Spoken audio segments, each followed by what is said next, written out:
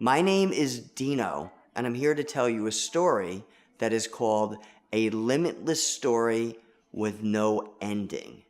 Now, I want to explain the purpose of the name or the significance of the name, and then I want to explain why I'm telling this story. So first, let's start with the name. A Limitless Hair Story with No Ending.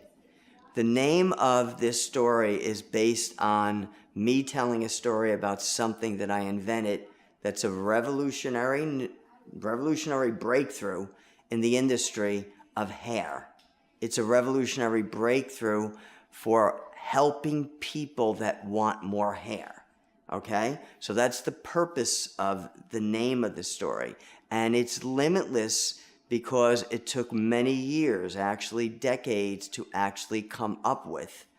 And it's not ending because there's a lot more we have to do with it to get it out into the industry, to get it out into the world, for more people to know about it, okay?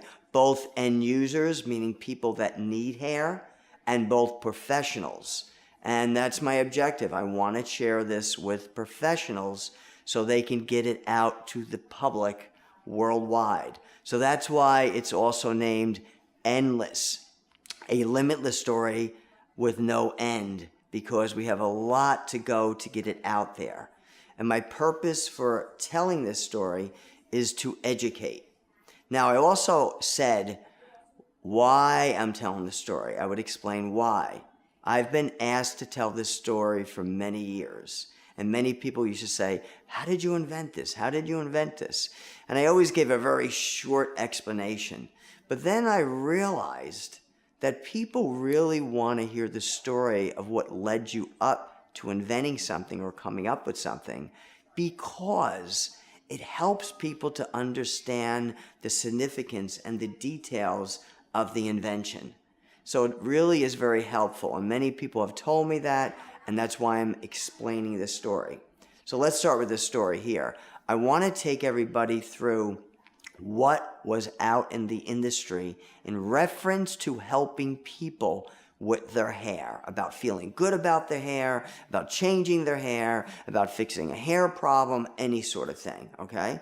It all started first. The first thing that was out in the industry were wigs. Wigs have existed for centuries, okay? And people wore wigs for the purpose of fashion. It was almost like part of their clothing wear. It was a fashionable thing to do. And they were very popular, and they sort of remain still popular, okay? So wigs were very, very important in the industry, and they're still around, and they still have importance too.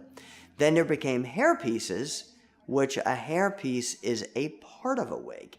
It's a small section of a wig, you might say, a hair piece. That's why they called it a hair piece. And a hair piece was made to use with your hair. Now, a wig is made to cover your hair, to change your entire appearance. And a hair piece is to work with your hair, to add to your hair, in conjunction with your hair. And they became very, very popular. So, in 1975, I became a licensed hairdresser. And immediately, I not only did hair, and when I say I did hair, meaning I cut hair, and I styled hair, and I did hair color, and I did hair perms, and everything humanly possible out there. So I not only did that, but I got immediately into other methods, or any method of adding hair.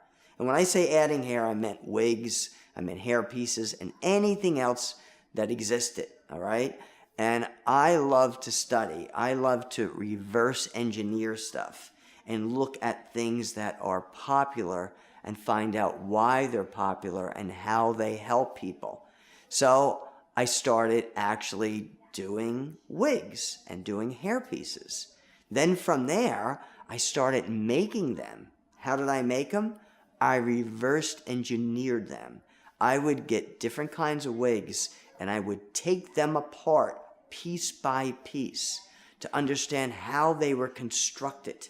Then I did the same thing with hair pieces, took them apart piece by piece, and then I started changing them a little bit.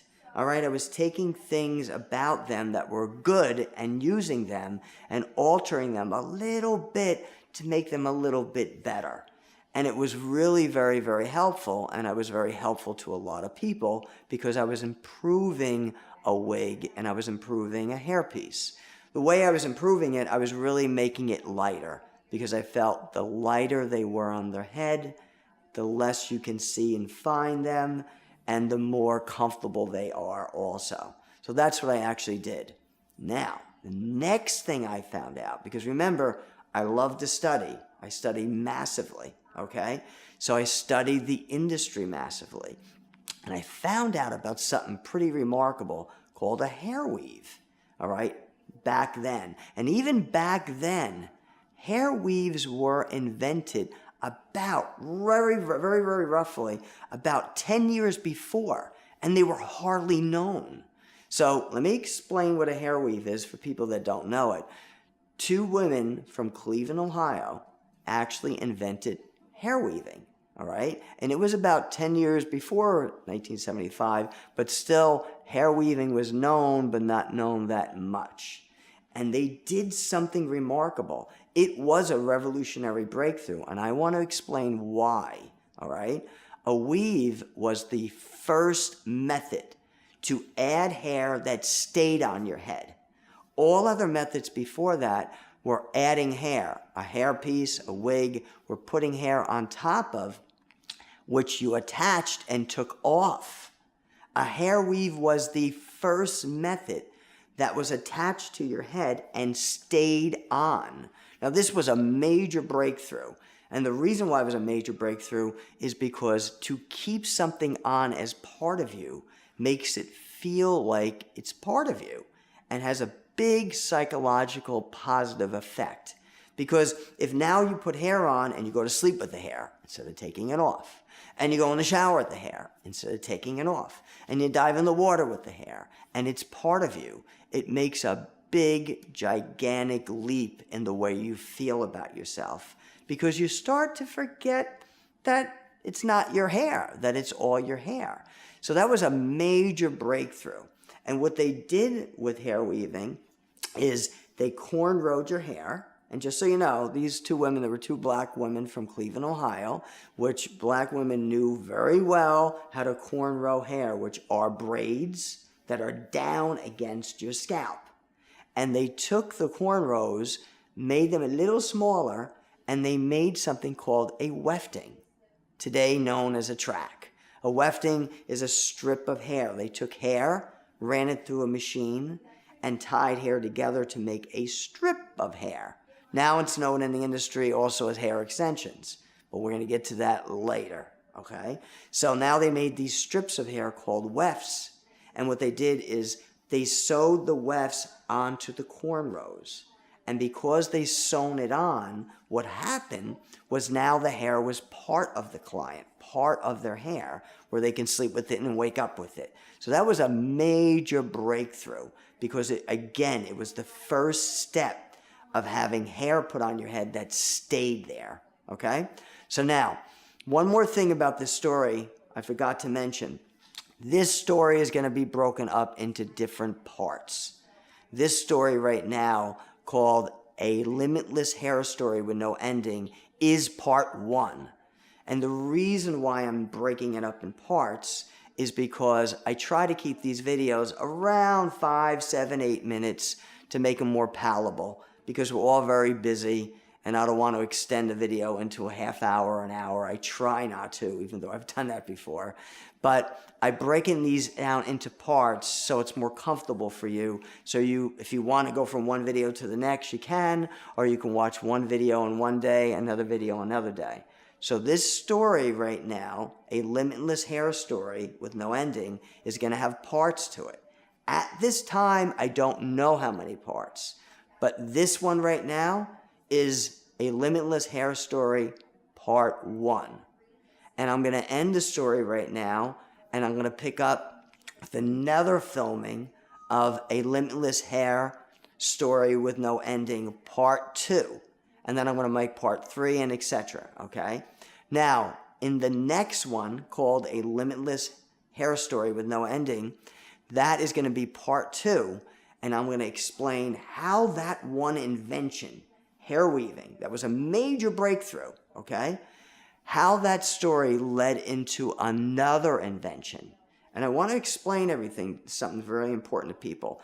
When something's invented, it induces somebody else to invent something else at another level. And that's how I invented my invention, all right, which you can always look on my website to see it, but I want to lead up to that. I couldn't invent what I invented if these other people didn't invent something like hair weaving and these other methods I'm going to come up with beforehand, because it was me studying history and reverse engineering things that became a stepping stone into me eventually inventing something revolutionary today, all right? So it's very important when people invent something that it's studied for somebody else to invent something better at another level. So the next video, part 2 of a limitless hair story with no ending, is going to talk about, I'm going to explain about how hair weaving was then taken and somebody else invented something on another level. So please watch the next video called A Limitless Hair Story with No Ending, part 2. See you then.